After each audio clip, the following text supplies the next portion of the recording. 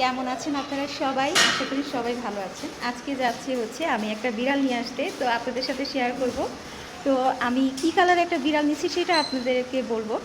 তো বিড়ালের কালারটা হচ্ছে কালো। তো আমার হাজব্যান্ডকে নিয়ে হচ্ছে আমি এখন রওনা হচ্ছি বিড়ালটাকে নিয়ে। তো আমি কালকে একটা পোস্ট করেছিলাম। পোস্টে লেখা ছিল যে আমার কালো একটা বিড়াল খুব ইচ্ছা। তো অনেকে আসলে আমাকে বিড়াল দিতে চায় অ্যাডপশনে, কিন্তু আমি আসলে বিড়াল এত নিতে চাই না, কারণ অনেক বেশি বিড়াল আমার নিজেরই, আপনারা এটা জানেন। তো আজকে আমার মেয়েকে নিয়ে চলে যাচ্ছি। আমার হাজব্যান্ড একটু এগিয়ে দিবে, ওর অফিস আছে, ও যেতে পারবে না, এগিয়ে দিবে। তো হচ্ছে বিড়ালটাকে আমি অ্যাডপশনে নিয়ে আসতে যাচ্ছি। আর বিড়ালটা হচ্ছে একদম ব্ল্যাক কালার। কালকে আমি একটা পোস্ট করেছিলাম, আপনারা সবাই কিন্তু মোটামুটি দেখেছেন যে আমি একটা ব্ল্যাক ক্যাট নিতে যাচ্ছি। তো একটা আপু আমাকে কমেন্টে বলেছে যে আপু আমার কাছে একটা ক্যাট আছে, খুব লক্ষ্মী, আপনি চাইলে নিতে পারেন। তো ওনার সাথে আমার মেসেঞ্জারে কথাবার্তা হয়েছে, সব কিছু হওয়ার পরে আমি হচ্ছে এখনই যাচ্ছি বিড়ালটাকে নিয়ে আসতে। আপনাদের সাথে শেয়ার করব অনেক কিছু। কিছুদূর মেন রোড পর্যন্ত এসে আমার হাজব্যান্ড হচ্ছে আমাদের অটো রিকশা করে দেয়। এইখান থেকে হচ্ছে যাত্রাবাড়ি যাচ্ছি আমি বিড়ালটাকে নিয়ে আসতে। এই তো রিকশায় উঠলাম। তো সঙ্গে ছিল আমার মেয়ে। আমার মেয়ে তো খুবই খুশি, আর আমার সাথে বলছিল মামা ব্ল্যাক ক্যাট এর আগে আমরা কখনোই আমাদের ছিল না, তো ব্ল্যাক ক্যাটের জন্যে ও নাকি খুব এক্সাইটেড। আসলে আমিও খুব মনে মনে এক্সাইটেড ছিলাম যে ব্ল্যাক একটা ক্যাট আমার খুব ইচ্ছা ছিল। তো এখানে হয়েছে কি, আমরা রাস্তার পথ ভুলে গিয়েছিলাম। তো ওখান থেকে এক মুদির দোকানদার, ওনাকে ডেকে বললাম যে আচ্ছা কোথায় লোকেশনটা, তারপর উনি বলে দিল। তো অবশেষে আমরা চলে আসলাম। মানে উনি 3 তলায় সম্ভবত থাকে। তো আমরা আর বাসার দিকে যাইনি।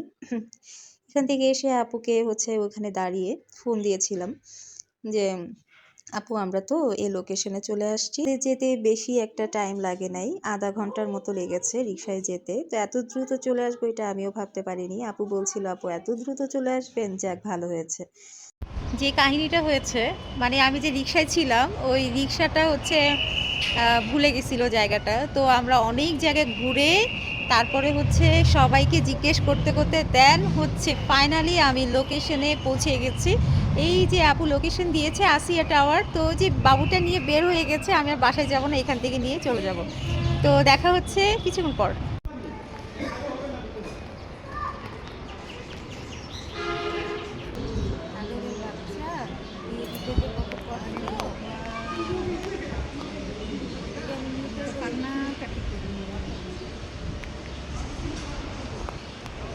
তুমি কি বিপটি করেছো, কিছু খেয়েছো? ক্যাট ফুড খাওয়ালে আর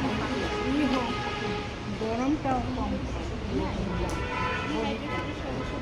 কিন্তু আমার হয় না, আমার বিয়ের কোনো ওষুধ বিষুধ হয় না, একটু বারে কম আমি দেখি। অন্য জায়গায় গেছে এই জাম্বু জাম্বু হয়ে গেছে, এই বড় বড় দাড়ি, এটাও দেখে চিনতে পারবো না। আমি যেভাবে রাখি এরকম এরকম দাড়ি। এই তো দেখতেই পাচ্ছেন বাবুটাকে নিয়ে প্রায় বাসার কাছে চলে আসছি। বাবুটা সারাটা রাস্তা খুব সুন্দর করে বসেছিল কোলে। এত ভালো একটা বাবু, এত শান্ত, সারাটা রাস্তা কি সুন্দর করে আসলো। মানে কোনো ধরনের কোনো হাউকাও চিল্লাচিল্লি কিচ্ছু নাই। এভাবে আমি ঝুড়ি নিয়ে যাইনি, খাঁচার মধ্যেই, খাঁচা টাচা কিচ্ছু নেইনি, শুধু আমার কোলেই নিয়েছি। কোলেই ও সুন্দর করে বসেছিল, কারণ আপুটা বলেছিল যে আমার বিড়ালটা খুব শান্ত, তো আপনার কোনো সমস্যা হবে না।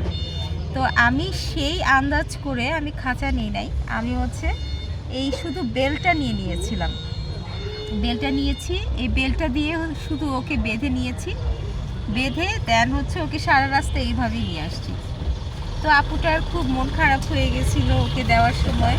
তো এই তো বাসার দিকে চলেই আসছি, আর একটু গেলেই আমার বাসা। এসেছি বাসায় শোনা, এই দেখো জেসি শুনছে তোমাকে। লক্ষ্মী বাবু, এটা লক্ষ্মী বাবু।